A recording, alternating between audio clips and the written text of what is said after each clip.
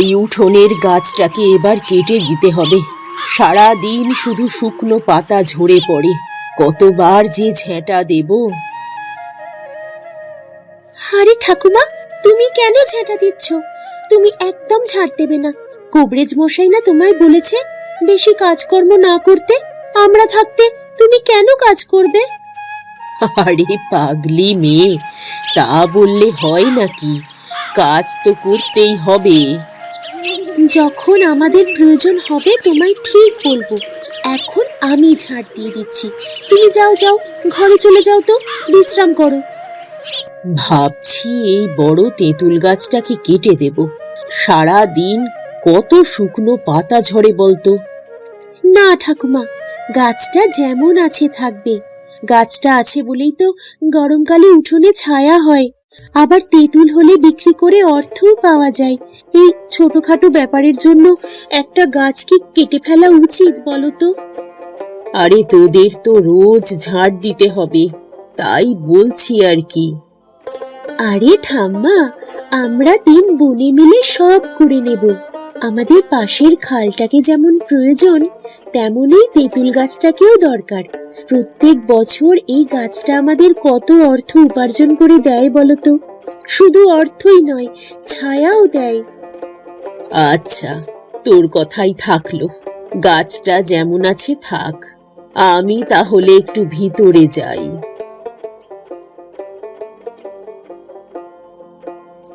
দিদি, বাগানে আরো কিছু গাছপালা বসাতে হবে। অনেকটা জায়গা পড়ে আছে দেখলাম। হ্যাঁ, জায়গা যদি পড়ে থাকে তাহলে তো গাছপালা বসাবই, আবার গাছ কাটাও হবে। ঠাম্মা কবে সেই চন্দন গাছগুলো বসিয়েছিল, এগুলো তো সব বড় হয়ে গেছে। এবার কাটলে অনেক টাকা পাওয়া যাবে। এবার সেগুন গাছ বসাবো কটা। 7-8 বছরের মধ্যে ভালো বড় হয়ে যাবে রে দিদি। চন্দন গাছ বসালে মোটামুটি 15 বছর তো লাগবেই, অত সময় দেওয়া যাবে না। এবারের আমাদের বাগানে একটা নতুন গাছ বসাবো ভাবছি। আমি বইয়ে পড়েছিলাম দুটো গাছ মিলিয়ে কিভাবে নতুন চারা উৎপন্ন করা যায়। এই গাছটা অন্য ধরনের। ওই দিদি, আমাকেও শেখাবি কিভাবে করতে হয়, আমিও জানবো। আরে এখন তো বাসনগুলো মেজে নে, অনেকক্ষণ এসেছি আমরা। আমি যখন করব তখন শিখিয়ে দেবক্ষণ। ঠিক আছে দিদি, তুই আমাকে শিখিয়ে দিস। জানিস, আমি আগে কত ভালো ছিলাম পড়াশোনায়। বিদ্যালয়ের মধ্যে আমি প্রথম স্থান অধিকার করতাম। পড়ারও ইচ্ছে ছিল, কিন্তু তখনই মা বাবা 1 বছরের মধ্যে চলে যায়, তাই আর পড়া হলো না। আমি তো সবই জানি, কিন্তু তবু তো তুই পড়তে পেরেছিস, আমি তো পড়তেই পারলাম না। কি আর করা যাবে বল, এটাই আমাদের কপাল। বাবা মা মারা যাওয়ার পর এই ঠাম্মাই আমাদের কাছে সব। নে নে, এখন কাজ সেরে নে। রামু, এই শীতের দিনে বাগানে বসে রোদ পোহানোর কি যে আরাম আর মজা, এটা শব্দ দিয়ে বলে বোঝানো যাবে না। হ্যাঁ জি বাবু, আমি তো জানি খুব আরামদায়ক লাগে এই হালকা রোদ্দুর। কিন্তু বাবু, শুধু রোদ পোহালেই তো হবে না, ব্যবসাটার মতো দেখতে হবে। এটার জন্য তুমি আছো, আমি যে তোমাকে চোখ বন্ধ করে বিশ্বাস করি। সে তো আমি জানি, কিন্তু তাও আপনাকে মাঝে মাঝে দেখতে হবে না? যেমন এই আগের বার শীতে কাঠ বিক্রি করে অনেক টাকা লাভ হয়েছিল, এবারেও তাহলে করবেন তো? লাভ হলে নিশ্চয়ই করব। আগের বার হয়েছিল লাভ? আগের বছর শীতে পাশের গ্রামের একজনের থেকে তো কাঠ কিনলেন, তার কাছে তো আর এখন গাছ নেই। তবে আমাদের গ্রামের মল্লিকা ঠাকুমার কাছে অনেকগুলো গাছ আছে, আপনি যদি চান তাহলে আমি কথা বলতে পারি। হ্যাঁ হ্যাঁ, তুমি যেটা ভালো বোঝো করো। বয়স হচ্ছে আমার, এবার এসব থেকে দূরে থাকতে চাইছি। এবার সবকিছু তুমি সামলাবে। ঠিক আছে, আমি না হয় সামলে নেব। তাহলে তো বেতনটা বাড়াতে হবে বাবু। কাঠ বিক্রি করে এসো, তারপর তোমার মাসিক বেতন বেড়ে যাবে, আমি তোমাকে কথা দিচ্ছি। কিন্তু আমার সাথে জোর চুরি করলে হবে না। এসব কিছু আমি জানতে পারলে তৎক্ষণাৎ কাজ থেকে বের করে দেব। বাবু, আমি আপনার কাছে 5 বছর ধরে কাজ করছি, আমায় দেখে মনে হয় আমি ওরকম? না না, তুমি খুবই ভালো, আমার বিশ্বাস অর্জন করেছো তুমি। তাও সাবধান করে দিলাম, বেশি লোভ করলে সবকিছুই চলে যাবে।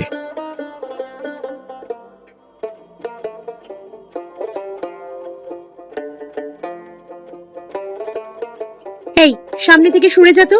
কত কাজ সেরে এলাম দেখেছিস? তুই তো বেলা পর্যন্ত পড়ে পড়ে ঘুমোচ্ছিস।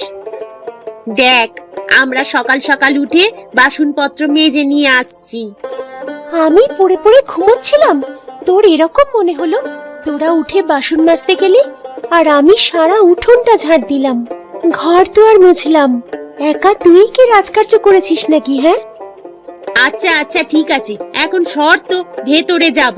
এই বাসনপত্রগুলো কখন থেকে হাতে নিয়ে দাঁড়িয়ে রয়েছি।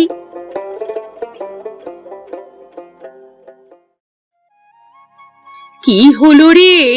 হ্যাঁ, আবার কি তোরা ঝগড়া শুরু করলি নাকি রে? আবার তোরা যদি ঝগড়া করিস তাহলে তোদের একদিন কি আমার একদিন, এই বলে দিলাম। হ্যাঁ, না গো ঠাকুমা, আমরা কেউ ঝগড়া করছি না, শুধু এমনি কথা বলছিলাম। তুমি বিশ্রাম করো। সে আমি বিশ্রাম করছি, তোরা তিনজন মিলে রান্নাটা সেরে ফেলতো তাড়াতাড়ি, আর দেরি করিস না। ঠাম্মা, আমি আনাজপাতি কেটেই রেখেছি, এবার শুধু রান্নাটা করলেই হবে। ঠিক আছে, তোরা করে নে।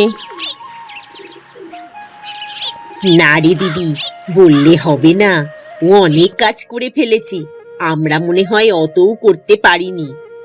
সেটাই তো দেখছি রে বোন। ঠিক আছে, সুকন্যা তুই বিশ্রাম নে, আমরা দুই বোনে বরং রান্নাটা করে ফেলছি। শুধু শুধুই তোকে এতগুলো কথা শোনালাম।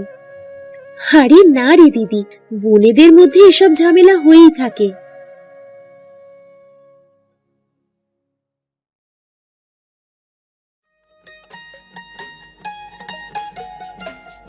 আজকে বেশ তাড়াতাড়ি কাজটা মিটে গেল, ভালোই হয়েছে। বাড়িতে গিয়ে একটু বিশ্রাম নিতে পারবো। আরে তুহিনাদের বাগানে ওটা করিম চাচা গাছে জল দিচ্ছে, তাই না? একবার ডেকে দেখি তো। আরে করিম চাচা, আরে ও করিম চাচা। কে ডাকছে নাকি? ওই আশেপাশে তো কাউকে দেখতে পাচ্ছি না। আরে করিম চাচা এইদিকে, আমি সুজন। আরে সুজন তুই? তোকে তো কতকাল দেখতেই পাইনি, আমি তো ভাবলাম হারিয়ে গেছিস নাকি। আরে চাচা তুমিও যে কি বলো না, কাজের চাপে আর বেরোনো হয় না। এই সকালে অফিস যাবো, ফিরবো সেই রাত্রে। আজকে তাড়াতাড়ি কাজ হয়ে গেল, তাই বাড়ি আসছি। ও আচ্ছা, তাই জন্য তোকে দেখতে পাই না রে। কেমন আছিস রে বাপ? কাজের চাপে চলে যাচ্ছে। তুমি কেমন আছো চাচা? আমি ভালোই আছি রে।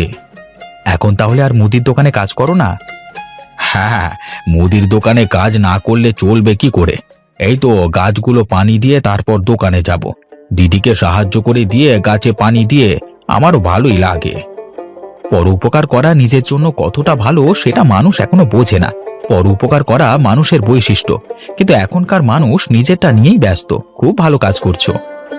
আমার এই গাছপালা খুব ভালো লাগে, আমার তো আর জায়গা নেই, তাই এই দিদির সাহায্য করে দিই। আমি এখন আসছি চাচা, পরে কথা হবে, গিয়ে একটু বিশ্রাম নিতে হবে। এই দিদি, তুই এই দুটো আলাদা আলাদা গাছ নিয়ে কি করবি রে? অত প্রশ্ন না করে দেখ না কি করছি। এটা হচ্ছে গোলাপ গাছ, এটার মাথাটা এবার কেটে দেব, নেব শুধু গোড়ার দিকটা। আর ওটা হচ্ছে গাঁদা গাছ, আর ওটাকেও মাঝখান থেকে কেটে নেব ওপরের অংশটা। এবার এই দুই অংশ ভালো করে কেটে নিয়ে আটকে দেব একসাথে। দেখলি? হ্যাঁ দেখলাম তো, দুটো গাছকে একটা গাছে পরিণত করলি। হ্যাঁ, এতে কি হবে রে?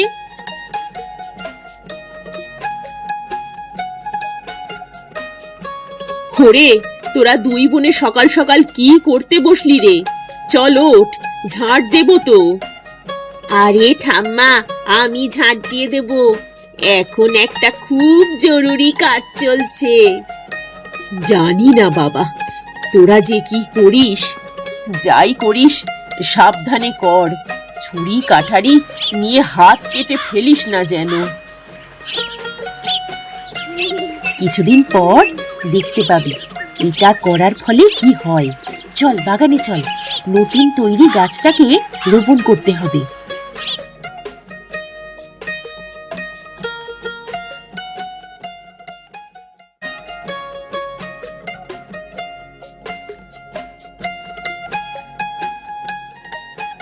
এখনই বল না রে, কি হবে? আরে না না, এখন বলে দিলে তো উত্তেজনাই শেষ হয়ে যাবে, নিজের চোখে দেখবি। দূর, ভালো লাগে না। আচ্ছা আমি কাটারি নিয়ে গর্ত খুঁড়ছি, তারপর তুই গাছটাকে বসিয়ে দিস। ব্যাস ব্যাস, থাক, আর খুঁড়তে হবে না, হয়ে যাবে। হয়ে গেছে, এবার বাড়ি চল।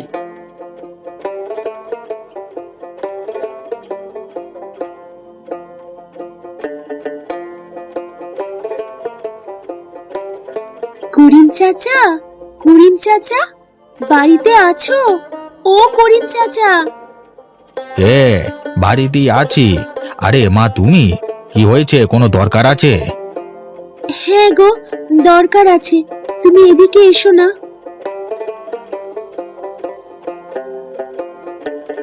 জি মা, বলো। করিম চাচা, এই অল্প কিছু টাকা রাখো। তুমি আমাদের বাগানটাকে আরো ভালোভাবে সাজিয়ে তুলেছো, তাই এই টাকাটা তোমার প্রাপ্য। তুমি কিন্তু না করতে পারবে না। আরে না রে, আমি টাকা নিতে পারবো না। কেন পারবে না? আলবাত পারবে। তুমি কাজ করেছো, কাজের টাকা নেবে। আমি শখে কাজ করি রে, টাকার জন্য কাজ করি না। টাকার জন্য কাজ করলে আগেই তোর থেকে টাকা চাইতাম। না না চাচা, আমি কিচ্ছু শুনবো না। তোমাকে টাকা নিতেই হবে। তুমি আমাদের বাগানটাকে কত ভালোভাবে সাজিয়েছো, তার প্রাপ্য হিসেবে তুমি কিছু তো নাও। তুই ভেতরে আয় মা, বাইরে দাঁড়িয়ে দাঁড়িয়ে কথা বলছি। না চাচা, আমি এখানেই ঠিক আছি। তুমি টাকাটা নিলে আমি খুব খুশি হব। আচ্ছা, তোরা আমাকে মালি ভাবিস নাকি চাচা ভাবিস? মালি ভাবলে টাকা দে, আর চাচা ভাবলে শুধু একদিন ভোজ দে। না গো চাচা, আমরা তোমায় আমাদের মালি ভাবি না। ঠিক আছে, তাহলে একদিন এসো আমাদের বাড়ি, ভালো মন্দ রেঁধে খাওয়াবো খুন। এই কথাটা শুনে আমার খুবই ভালো লাগলো। সব সময় সব কিছু টাকা দিয়ে হয় না রে মা, মনুষ্যত্ব বোধ বলে একটা জিনিস আছে। আচ্ছা চাচা, আমি তাহলে এখন আসি। তুমি সময় মতো বাগান পরিচর্যা করো, কেমন?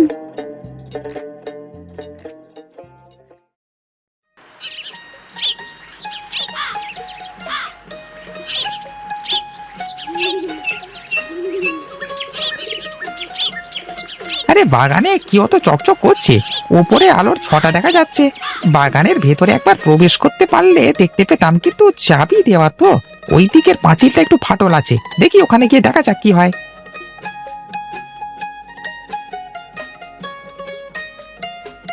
আরে এটা আবার কেমন ধরনের ফুল? এই ফুল তো আমি বাপের জন্মে দেখিনি। ফুলের নাম কি? কোথায় পাওয়া যায় এই ফুলের গাছ? তাহলে আমার বিয়েতে এই ফুলের মালা পরে বিয়ে করতে যেতাম, বেশ দেখতে ভালো লাগতো। এটা মনে হচ্ছে অলৌকিক ঘটনা। এই মহাজন বাবুকে গিয়ে খবরটা দিতে হবে, তাড়াতাড়ি পা চালিয়ে যাই।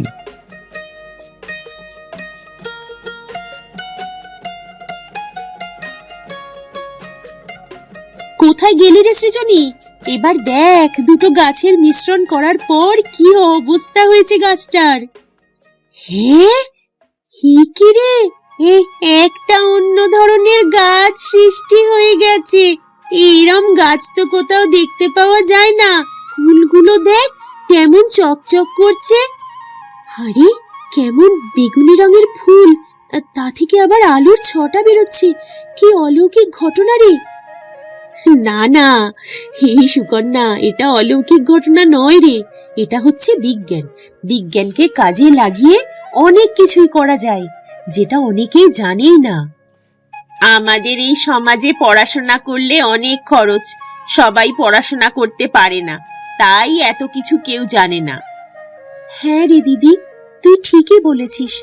যেমন বর্দি কিছুটা হলেও পড়েছে, কিন্তু আমরা তো একদমই পড়তে পারিনি পরিস্থিতির কারণে। এই ফুলগুলো বিক্রি করব দোকানে, নতুনত্ব ফুল দেখে মানুষ কিনবে, একটু বেশি দামেই বিক্রি করব, ভালো মুনাফা হবে। হ্যাঁ হ্যাঁ, তাহলে তো ভালোই হবে। আমরা আরো 2-3টে গাছ এরকম ভাবে বানাই, তাতে তাহলে অনেক ফুল হবে, রকম রকম ফুল হবে। সৃজনী, তাহলে দেখে নিলি তো? সেদিন তো আমায় অনেক কিছু জিজ্ঞাসা করেছিলি, কিন্তু আমি কিচ্ছু বলিনি। আমার তো এখনো বিশ্বাসই হচ্ছে না রে দিদি, যে এরকম হতে পারে। এই, তোর মাথা মোটা নাকি? দেখতে পাচ্ছিস না চোখে, তাও বলছিস বিশ্বাস হচ্ছে না? কি অদ্ভুত, তোর থেকে তো ওই রাস্তার পাগলগুলোর বুদ্ধি বেশি। কে মাথা মোটা? হ্যাঁ, তুই নামি, তুই মাথা মোটা। আরে আরে তুই বুঝতে পারছিস না সৃজনী, ও তোকে খেপিয়ে দিচ্ছে, তুই শুধু শুধুই রাগ করছিস। বাবা কিছুই বোঝে না।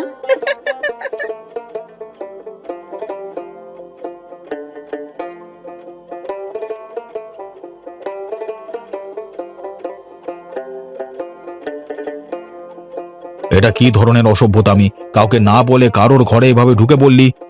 হ্যাঁ, আমাকে ক্ষমা করে দেবেন বাবু, আপনার জন্য অনেক বড় সুখবর আছে। হ্যাঁ হ্যাঁ কি সুখবর আছে তাড়াতাড়ি বল দেখি। হ্যাঁ, মল্লিকা ঠাকুমা, ওদের বাগানে এক আশ্চর্য ফুল ফুটেছে, বেগুনি বর্ণের ফুল, তা থেকে আলোর ছটা বেরোচ্ছে, আমি নিজের চোখে দেখে এলাম। ধুস, এরকম ফুল আবার হয় নাকি? তুমি হয়তো অন্য কিছু দেখেছো। না না, আমি ঠিকই দেখেছি, ভুল কিছু দেখিনি। ওই ফুলগুলো বাজারে অনেক টাকায় বিক্রি হবে, আপনি কিনে নেবেন। আরে ওরা কি আমাকে বিক্রি করবে নাকি? অলৌকিক ফুল তো ওরা নিজেরাই বিক্রি করে লাভবান হবে।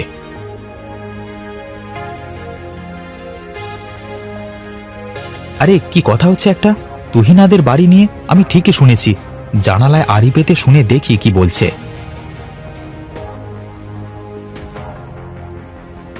তাহলে কি করবেন আপনি? কি আবার করব? চুরি করব। রাত্রিবেলায় বাগান পাহারা দেবে নাকি, তখন গিয়ে চুরি করে নিয়ে নেব, আর আমি বিক্রি করব তো বাইরের বাজারে, কেউ জানতেই পারবে না। সে কি এত বড় ষড়যন্ত্র হচ্ছে? আমায় গিয়ে মল্লিকা ঠাকুমাকে সবকিছু জানাতে হবে, না হলে যে ওদের পরিশ্রম বেকার চলে যাবে। ঠিক আছে, একদিন রাত্রে আপনি আর আমি যাব। হ্যাঁ, আর যদি ধরা পড়ে যাই? আরে বাগানে কি কেউ পাহারা দেবে নাকি যে ধরা পড়ে যাব? যাই, খবরটা গিয়ে আগে ঠাকুমাকে দিই, না হলে ওদের এত খাটাখাটনি সব জলে চলে যাবে।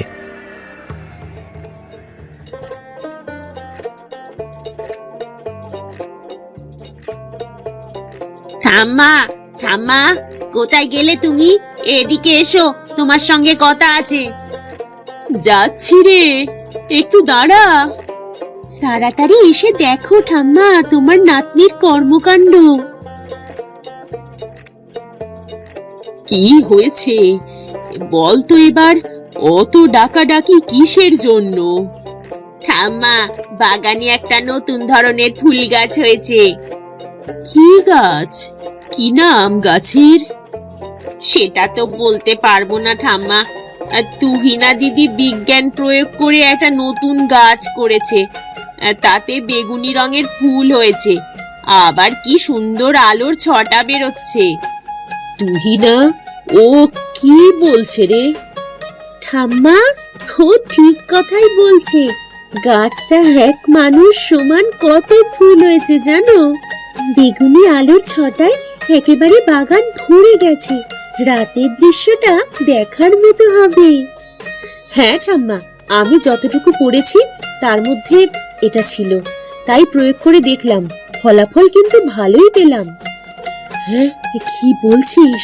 তাহলে আরো কয়েকটা এরকম গাছ তৈরি কর দেখি, এই ফুলগুলো বিক্রি করব বাজারে, কেউ কোনোদিন না দেখলে ভালোই বিক্রি হবে। কিন্তু প্রত্যেকটা একই রকম ভাবে হয় না, 10টার একটা গাছে এরকম তৈরি হয়। অদ্ভুত ভাবে যে একটাতে প্রয়োগ করেছিলাম সেই একটাই এরকম হয়ে গেছে। আবার আমাদের বাগানের পাশেই যেহেতু খাল, সেখান থেকে জল দেওয়ার ব্যবস্থাও ছিল, তাই সেটা ভালো সারেরও কাজ করেছে, তাই সব মিলিয়ে ভালোই হয়েছে।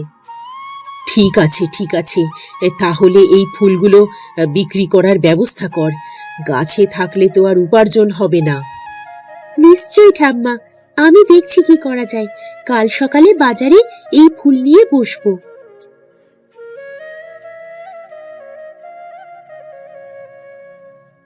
আরে সুজন বাবা, কতদিন পর আমাদের বাড়িতে এলে, এসো এসো বসো।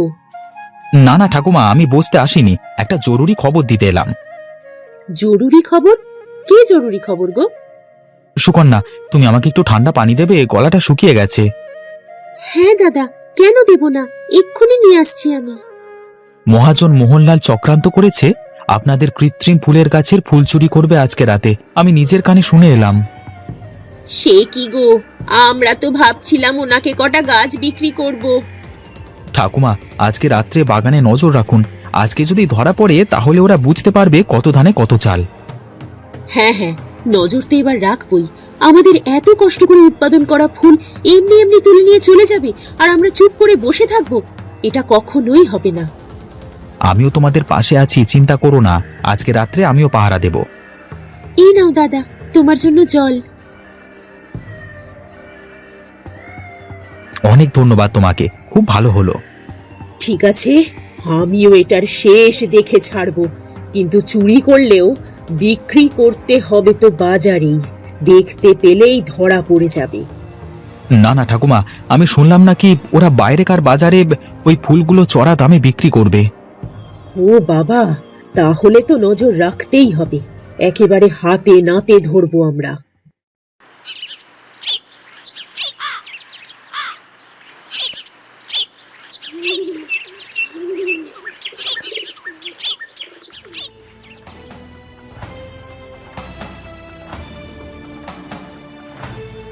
রাতে কেমন বাগানে আলো জ্বলছে, আর মনে হচ্ছে কেউ পাহারা দিচ্ছে। বেগুনি আলো। আগে না না কর্তাবাবু, এটা কোনো আলো নয়, এটা হচ্ছে ওই অলৌকিক ফুলের আলোর ছটা। এই একটা ফুলের গাছ সমস্ত বাগানটাকে বেগুনি আলোতে ভরিয়ে দিয়েছে। কি সুন্দর দৃশ্য। এখন আর দেরি করে কি হবে, চলুন পাঁচিল ডিঙিয়ে ওপারে যাই, না হলে নিয়ে আসবেন কি করে, সাবধানে কর্তাবাবু। আরে আমি সব জানি, তোমায় শিখিয়ে দিতে হবে না।